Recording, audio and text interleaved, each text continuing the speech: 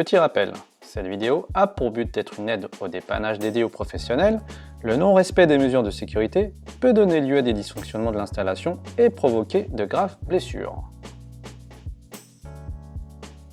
Bonjour à tous, je suis Tommy, bienvenue dans ce nouveau tutoriel sur l'installation et l'utilisation d'une pompe à chaleur Thermavé Split LG.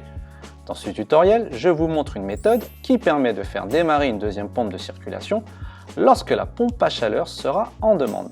Dans l'exemple, on est sur une pompe à chaleur HN1616NK3 et on veut que la deuxième pompe de circulation démarre lorsque l'unité intérieure sera en demande. Au sommaire de la vidéo, nous allons te montrer comment raccorder une deuxième pompe de circulation et comment paramétrer une deuxième pompe de circulation.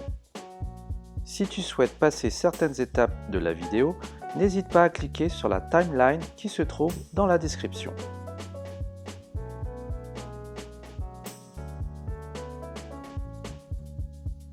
Comment raccorder une deuxième pompe de circulation?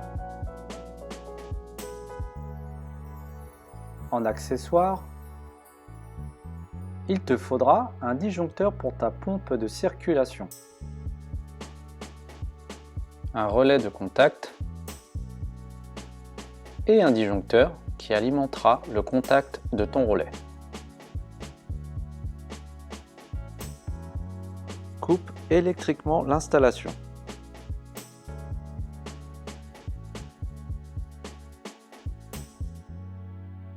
Branche la borne L sur la borne A et la borne N sur la borne 3.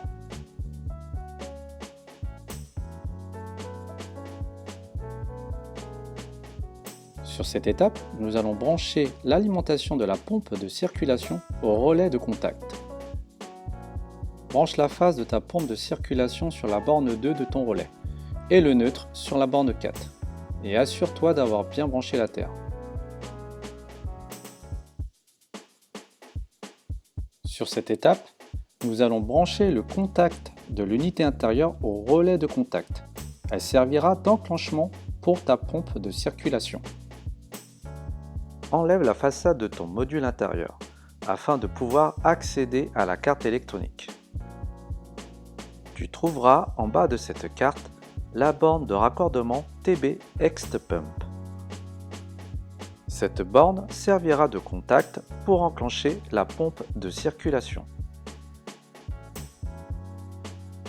Sur cette étape, nous allons faire le raccordement du relais de contact à la borne TB Ext Pump de l'unité intérieure. Branche un câble entre la borne L de ton disjoncteur et une des bornes TB Ext Pump. Branche ensuite un câble sur l'autre borne TB Ext Pump et la borne A1 de ton relais. Branche maintenant un câble entre la borne N de ton disjoncteur et raccorde-le sur la borne A2 de ton relais. Tu vas pouvoir maintenant remettre l'ensemble de l'installation sous tension. Sur la prochaine étape, nous allons configurer la prise en compte d'un deuxième circulateur sur l'unité intérieure.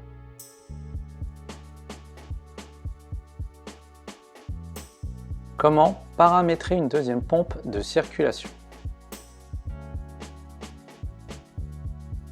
Nous allons d'abord récupérer la version SW de la télécommande. Elle servira de mot de passe pour accéder au mode installateur. Allez sur la fonction menu et validez sur OK.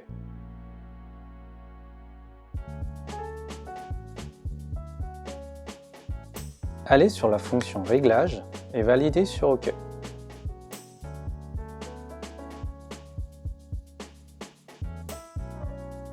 Allez sur la fonction service et validez sur OK.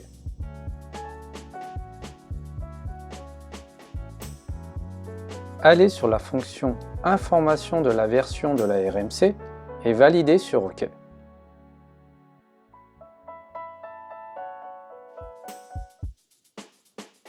Notez les 4 chiffres de la version SW 2.0.0.0. Avec la touche Retour, allez sur le logo Réglage.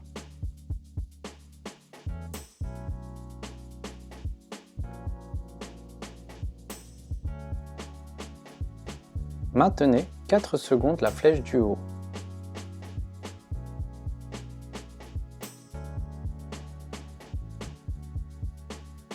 Saisir la version SW. Sur l'exemple, la version SW est 2.0.0.0 et valider sur OK.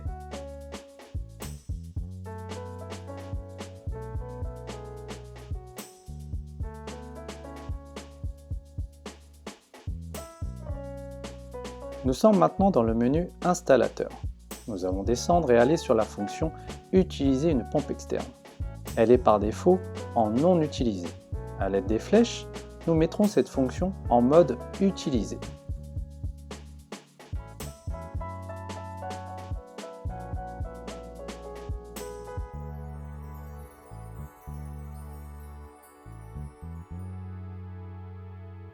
Voilà, tu sais maintenant installer et paramétrer une deuxième pompe de circulation. J'espère que ce tutoriel t'aura aidé. Si toi aussi tu as installé une deuxième pompe de circulation et trouvé une autre méthode montrée dans ce tuto, n'hésite pas à laisser un petit mot juste en dessous dans les commentaires. Au passage, pense aussi à laisser un petit pouce vers le haut. Et si tu n'es pas encore abonné à la chaîne, il te suffit d'appuyer sur le bouton s'abonner et mettre la petite cloche, comme ça tu seras informé de la sortie des prochaines vidéos. Il ne me reste plus qu'à te souhaiter de passer une belle journée et je te dis à bientôt pour un nouveau tuto.